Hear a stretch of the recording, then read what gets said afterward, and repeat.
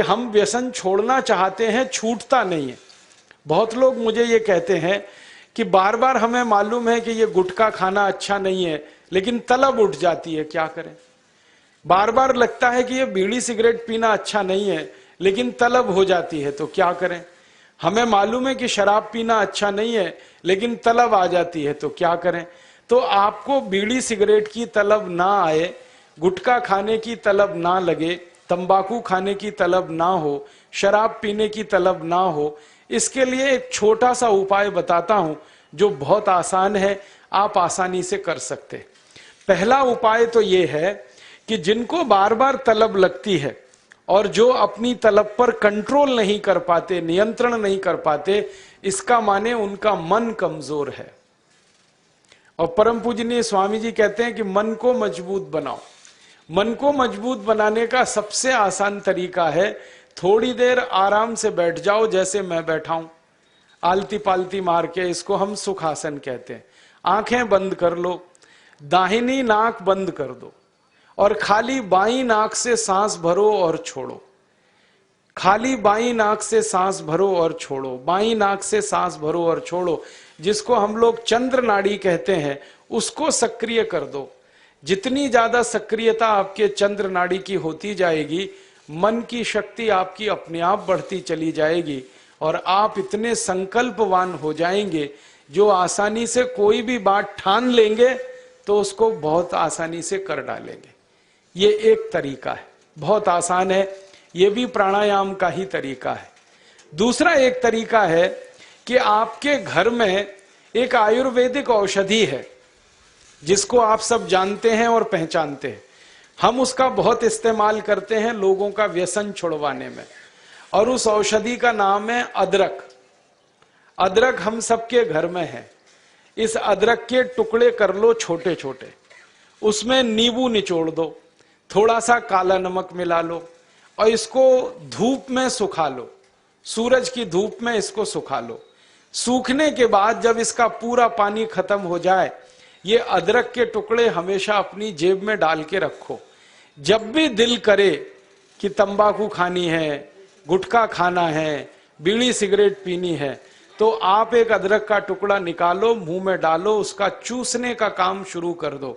और ये अदरक ऐसी अद्भुत चीज है, इसको दांत से काटो मत, तो सवेरे से शाम तक ये मुंह में आपके सुरक्षित रहता है। इसको चूसते रहो, आपको गुटखा खाने की याद ही नहीं आएगी, आपको बीड़ी सिगरेट पीने की तलब ही नहीं आएगी और दारू की तलब भी छूट जाएगी।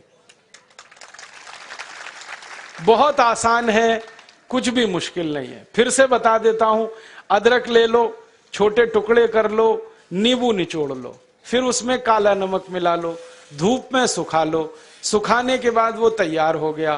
तैयार होके इसको जेब में रखो, पुड़िया बना के रखो, डिब्बी में रखो, जैसे भी है जेब में रखो। जब दिल में तलब उठे, बीड़ी पीना, सिगरेट पीना, दारू पीना, गुटखा खाना, एक गुटखा माने एक टुकड़ा इस अदरक का निकाल के जीभ पे रखो, चूसना शुरू कर दो। जैसे ही वो रस आपके लार में घुलना शुरू हो जाएगा, आप देखना इसका चमत्कारिक असर होगा। आपको फिर गुटखा, बीड़ी, सिगरेट, तंबाकू, दारू याद ही नहीं रहेगी।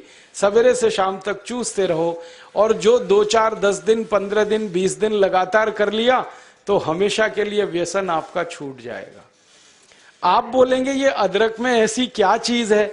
ये अदरक में एक रासायनिक तत्व है जिसको हम रसायन शास्त्र की भाषा में, केमिस्ट्री में कहते हैं सल्फर। अदरक में सल्फर बहुत अधिक मात्रा में है। जब हम अदरक चूसते हैं तो वो सल्फर है जो अदरक का निकल के हमारी लार के साथ मिलके अंदर जाने लगता है। और ये सल्फर जब खून में घुलने लगता है तो ये सल्फर कुछ ऐसे शरीर में हार्मोन्स को, कुछ ऐसे अंदर अंतःस्रावी ग्रंथियों को सक्रिय कर देता है जो व्यसन नहीं करने के लिए आदमी को प्रेरित करती है।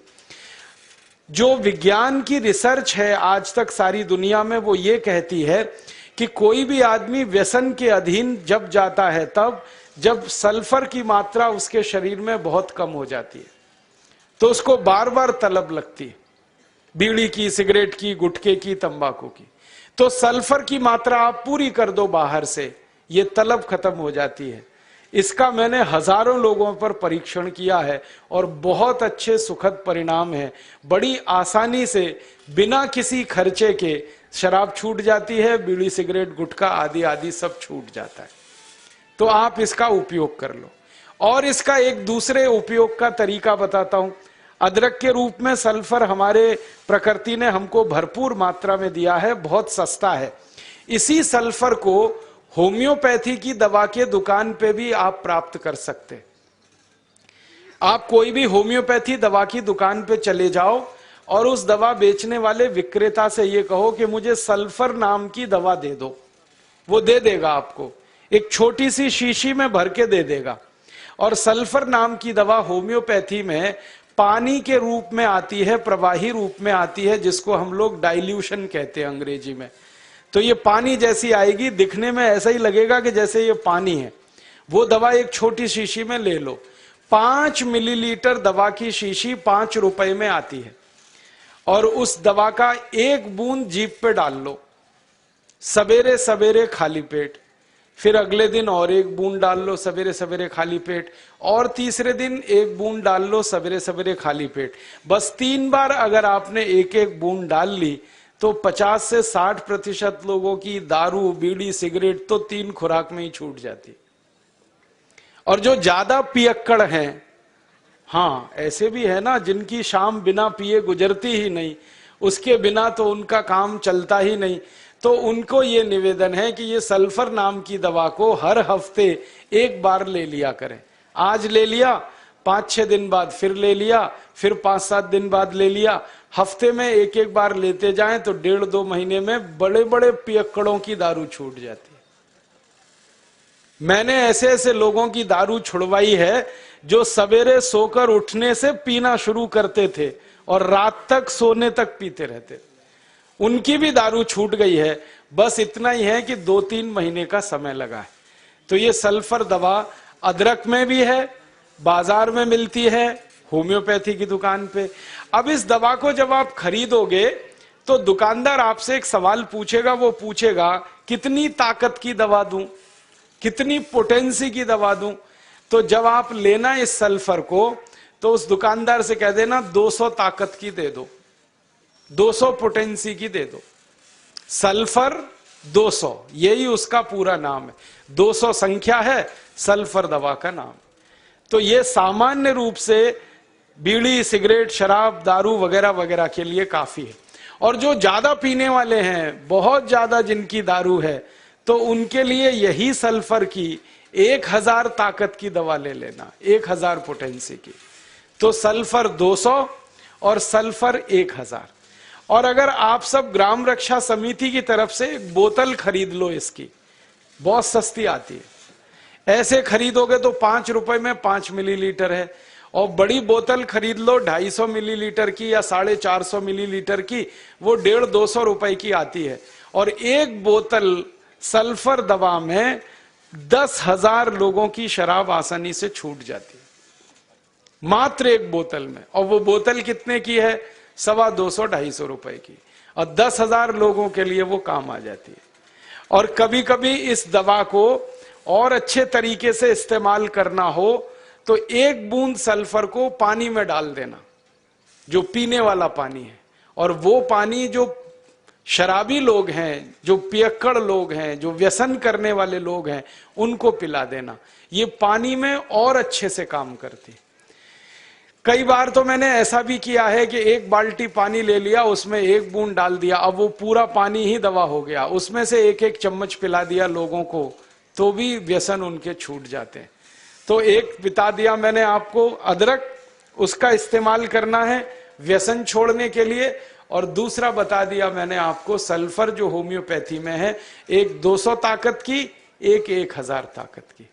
और पहली बात जो सबसे पहले मैंने बताई कि मन को थोड़ा मजबूत कर लो, तो बाईं नाक से सांस लेना, बाईं नाक से सांस निकालना 5 मिनट रोज सुबेरे भी अगर आपने कर लिया तो आपके जीवन से सब तरह की कमजोरी मन की खत्म हो जाएगी और व्यसन छोड़ना आपके लिए बहुत आसान हो जाएगा।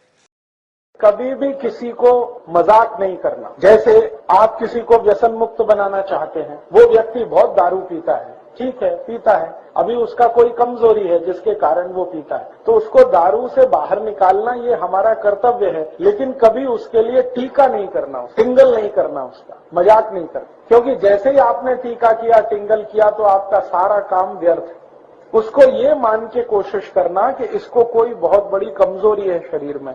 देखिए, व्यसन जब आता है ना शरीर में, तो शरीर की कमजोरी से आता है, दुर्गुण वो नहीं है। बहुत लोग कहते हैं कि ये व्यसन करता है इसलिए इसमें गुण कम है। गुण की कमी नहीं होती है, वो व्यक्ति को शरीर में कुछ कमजोरी आती है। कमजोरी क्या आती है? सभी व्यक्ति के शरीर में कुछ रसायन होते हैं, कुछ धातुएं होती हैं, उनमें से कोई एक दो रसायन कम हो गए, कोई एक दो धातुएं कम हो गई, तो व्यक्ति दारू पीना शुरू कर देगा, बीड़ी पीना, सिगरेट पीना, मावा खाना शुरू कर देगा। वो सामान्य रूप से मैंने जो शोध किया है वो ये कि सभी दारू पीने वाले लोगों के शरीर में एक केमिकल, एक रसायन की बहुत कमी आ जाती है। वो रसायन का नाम है सल्फर। हिंदी और मराठी में कहते हैं गंधक, अंग्रेजी में कहते हैं सल्फर। हमारे शरीर में 16 तरह की धातुएं और रसायन है। कैल्शियम है, पोटेशियम है, मैग्नीशियम है, सोडियम है, सल्फर है, आयरन है, सिलिकॉन है, कोबाल्ट है, ऐसी 16 धातुएं और रसायन होते हैं। इनमें से कोई एक धातु या एक रसायन कम हुआ और दूसरा जास्ती हुआ तो व्यसन की स्थिति बनती है। लोग जब व्यसन शुरू करते हैं ना, तो हर बार ऐसा नहीं होता कि मजे में करते हैं, मौज में करते हैं, ऐसा हमेशा नहीं होता। अगर 19 वर्ष की उम्र के पहले कोई व्यक्ति व्यसन शुरू करता है तो मान सकते हैं कि वो मजे के लिए कर रहा है।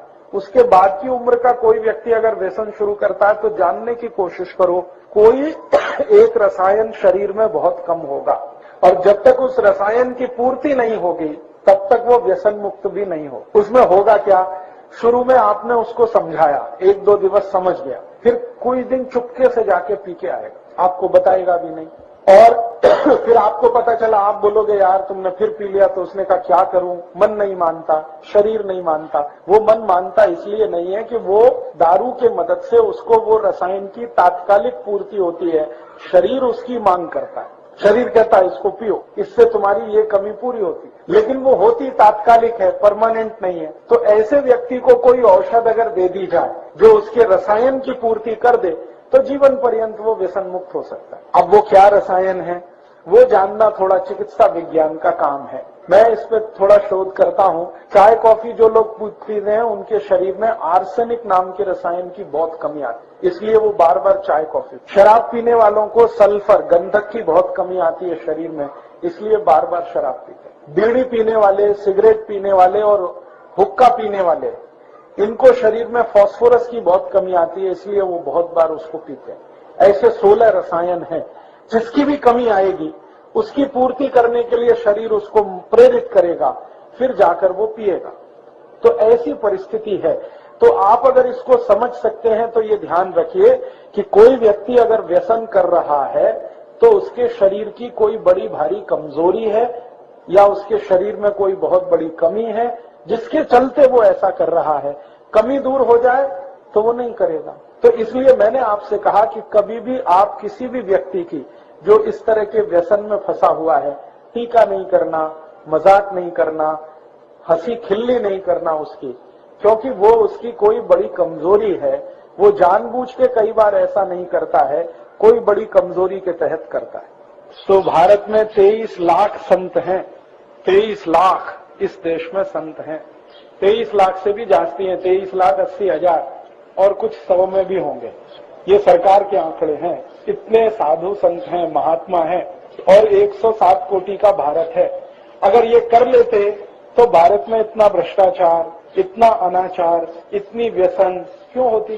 तो साधु संत दूसरे को नहीं सुधारते, वो अपनी सेवा कराते। उनको अहंकार इस बात का है कि वो समाज को सुधारना कर रहे हैं, वो कोई समाज को सुधारना नहीं करते।